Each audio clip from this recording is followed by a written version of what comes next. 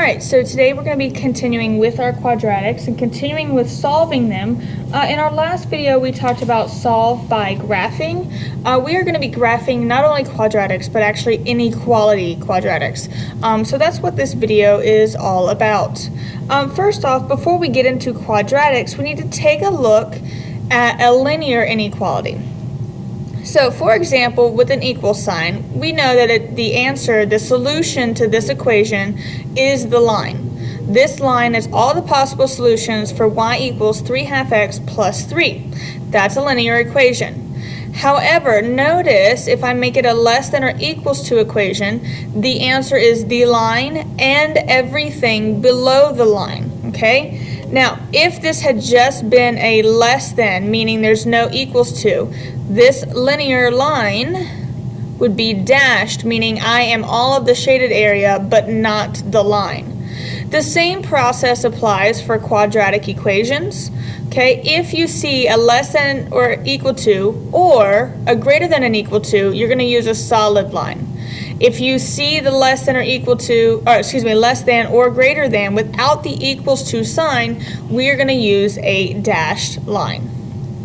Alright, so let's begin with our first equation. We have f of x, which is also y, is less than or equal to x squared minus 6x plus 8.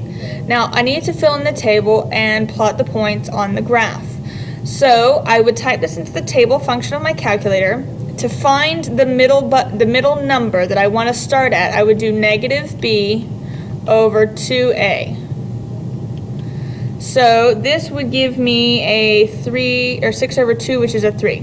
So my vertex has an x value of 3. I'm going to pick numbers below that and numbers above 3. So putting this in our table, we'll start at 3. And I see negative 1, 4 is 0, and 5 is 3. So going back up, I'll see that at 2, y is 0, and at 1, y is 3. So we need to plot these points. 1, 3, 2, 0, 3, negative 1, 4, 0, and 5, 3. So here's my parabola. Now the question is this parabola solid or dashed? So we take a look at this sign. It is less than or equals to, so it will be a solid line. Okay? Alright, so there's my parabola. Now remember that an inequality means that we have to do some shading here. So let's test. I'm going to test this point 0, 0. Is 0 less than or equal to 0 squared minus 6 times 0 plus 8? So because the point is at 0, 0, every x value got a 0, every y value, or f of x, got a 0 as well. So if this is a true statement, we will shade where the point 0, 0 exists, which is outside of the parabola. If it is not true, we will shade where it does not exist, which is the inside of the parabola. So is 0 less than or equal to 8? And the answer is yes. 0 is less than or equal to 8, so I will shade where the point exists, which is outside the parabola. So the solution to this is the parabola and all the points outside of the parabola. Alright, so let's try this one next. Alright, so the first thing that we want to do is find the x value of the vertex by negative b over 2a. So you should get 2. So we should pick 2, 1, and 0, and then 3 and 4 because we want 2 to be in the middle. So putting this in the table button of my calculator. So I get some pretty high numbers here. Well, I guess small numbers because they're negative, right? All right, negative 15, negative 12. Okay, now I'm actually going to go a little step farther, and I'm going to say at negative 1, we are negative 7. So 0, negative 12, 1, negative 15, 2, negative 16. Oops, there we go.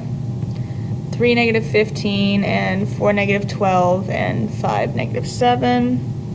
And then at negative 2 and at positive 6, we have our zeros. So that is our parabola. Now, what you'll notice is that it needs to be dashed because there's no equals to on this greater than.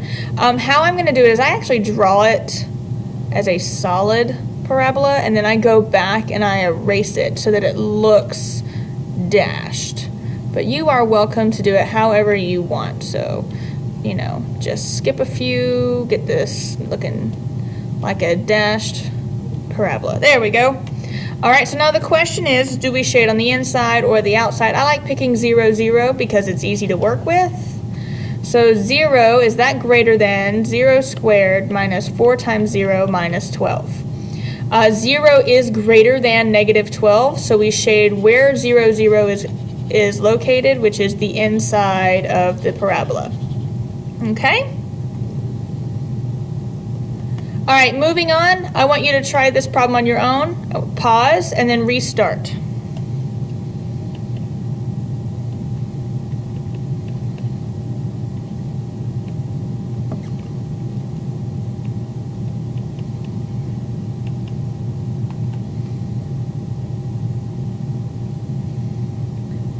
All right, so by putting those values in the calculator,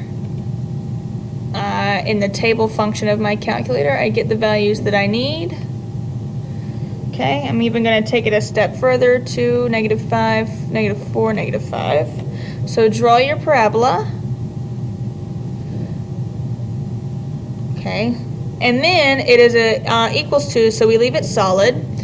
0, 0 is on the inside, so we'll pick that. 0 is less than or equal to negative 0 squared minus 2 times 0 plus 3. Now 3 is not greater than or equal to, 0 is not greater than or equal to 3. So we are going to shade wherever 0, 0 is not, which would be on the outside of the parabola.